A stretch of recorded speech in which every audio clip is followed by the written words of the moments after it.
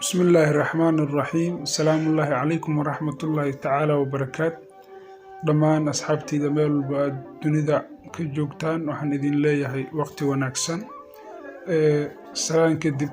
وحن إذن لو ذاك يا أصحابتي دا ساد أكتهين با دل كان وحا كجيرو أبارا حد يقودو سريو وحا دباتو بدن أي كتاغن تهي أما أي كجرتا قبل دل كان الصوماليا saad ogtihiinba gobolada dalka Soomaaliya waxa loogu dhaqnaa waa beero iyo xoolo xoolihii abaaro baa laayay beerihiina ma jiraan inta badan 95% waxay ku tiirsanayeen roobka saad ogtihiinba wax roob ahna gobolkeena kama diin sidoo kale dadkii markii abaarihii tirada badnaa ay dhaceen ruux walba meesha uu joogo ka cararay gobol kale ayuu wuxuu u doontay nolol soo uga helo goboladii kalena ayagana waxba may dhaamaan gobolka laga cararaya iyo gobolka loo cararay waxba isma dhaamaan saad ogtiinba abaara tiro badan ayaa dalkii ka dhacay dadkii markay meesha iskugu tageen ee goboladii iskugu tageen koox xayn markay u dageen dadkii waxa ku dhacay wax la yiraahdo cudurro fara badan ayaa ku furtay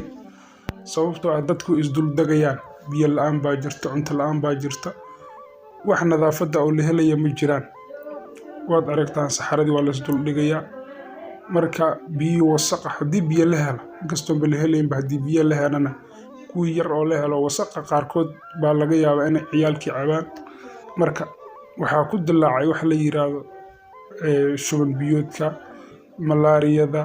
waxa la yiraahdo jadeecada sidoo kale hubin kaafta ama xiqdheerta ayaa dadkii ku wada yaacday way wada dhiban yihiin walaalayaal marka muslimiin baan nahay sidoo kale dhalinyartii dalkan u soo baxday baan nahay dadkan waxa la yiraahdaa wax u bartay baan nahay aan isku dayna qof waliba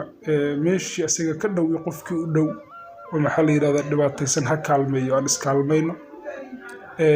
ma jiraan horta yaa la wacyi gelina dadka hadii la'aanayaan ee dadkii dhimanayaan ee dadka rafaadsan yihiin yaan wacyi gelina yaan wax u soo baran bari wax u qaban doona war abaartu ay dhamaanaysaa abaartu wax weyn ma ahan waxa laga yaabaa inay bila iyo maalmo ku koobnaato dhalinyarteena wax baratay hadal wanaagsan ha nagala qoro yaa nagala qorin hadal xun yaa nagala bixinin sawir xun dadkii dalkan wax u bartay baan nahay dadkii u soo barbaaray baan nahay dalka soo kabasho ayuu ku jiraa dawladda awood uma hayso inay dadkaas gacan qabato annaga ayaa wax la yiraahdaa gacan qaba karno aan istaakuleysano dadkaas wix allaal waxaan awoodnaa walaalayaal marka intaan awoodno dadkaas aan u qabanno waa dad walaalaheen ah waxa la yiraahdaa hadii annaga dhibaatadaas ay nagu dhacday waxa laga yaabaa inay noo gurma lahaayeen annagaan u gurmano walaalayaal intaasaan ku soo gabagabeynaa. Wassalaamu calaykum waraxmatullaahi tacaala wabarakaatuh.